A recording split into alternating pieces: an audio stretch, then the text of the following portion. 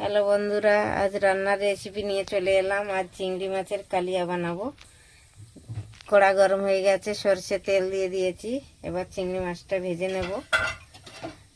চিংড়ি মাছ দিয়ে দিচ্ছি।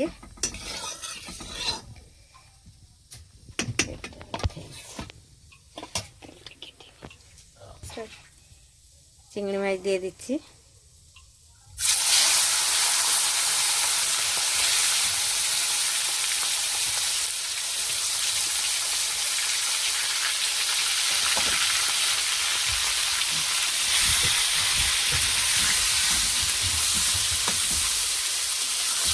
চিংড়ি মাছগুলো অনেক বড় বড় চিংড়ি, ভালো করে ছাড়িয়ে নিয়েছি।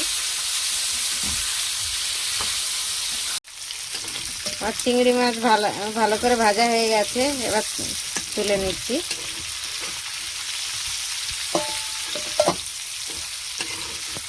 অনেকগুলো চিংড়ি একসাথেই দিয়েছি, ভেজে নিয়েছি ভালো করে। ফোড়নের তেজপাতা দিচ্ছি দুটো,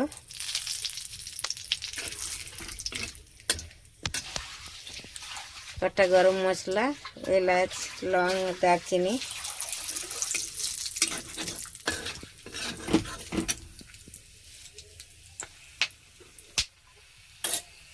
কুচানো পেঁয়াজ কুচিয়ে রেখেছি, একটু দিয়ে দিচ্ছি।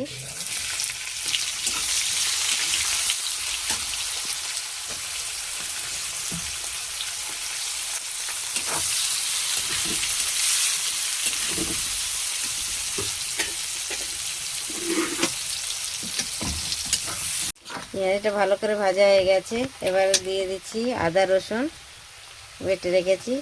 আদা দিলাম, রসুনটাও দিয়ে দিচ্ছি।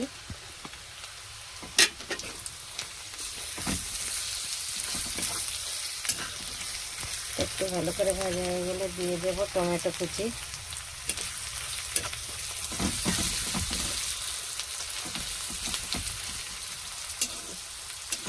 ভাজা হয়ে গেছে আদা রসুন পেঁয়াজটা ভালো করে। এবার টমেটো কুচিটা দিয়ে দিচ্ছি।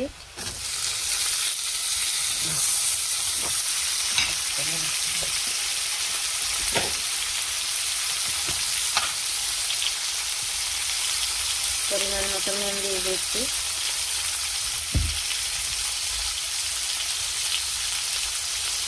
হলুদ গুঁড়ো,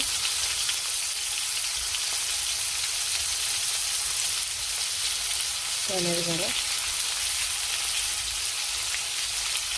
জিরে গুঁড়ো,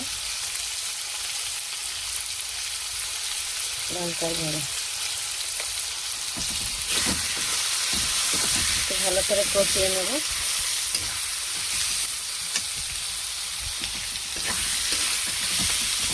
একটু জল দিয়ে দিচ্ছি,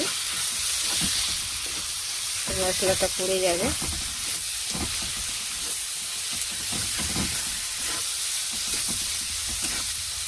অল্প একটু জল দিয়ে দিচ্ছি। এবার ঢেকে দেবো, মশলাটা ভালো করে তেল ছেড়ে দেবে।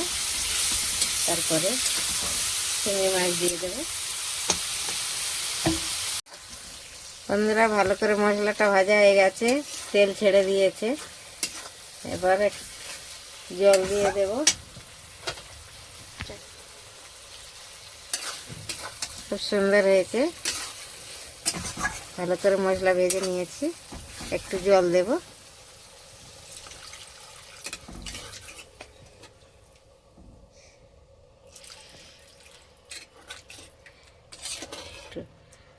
মাখা মাখা হবে কালিয়াটা।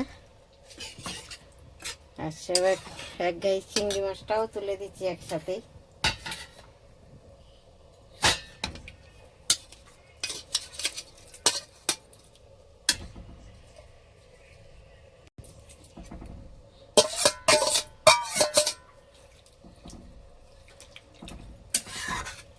একটু ঢেকে দিচ্ছি।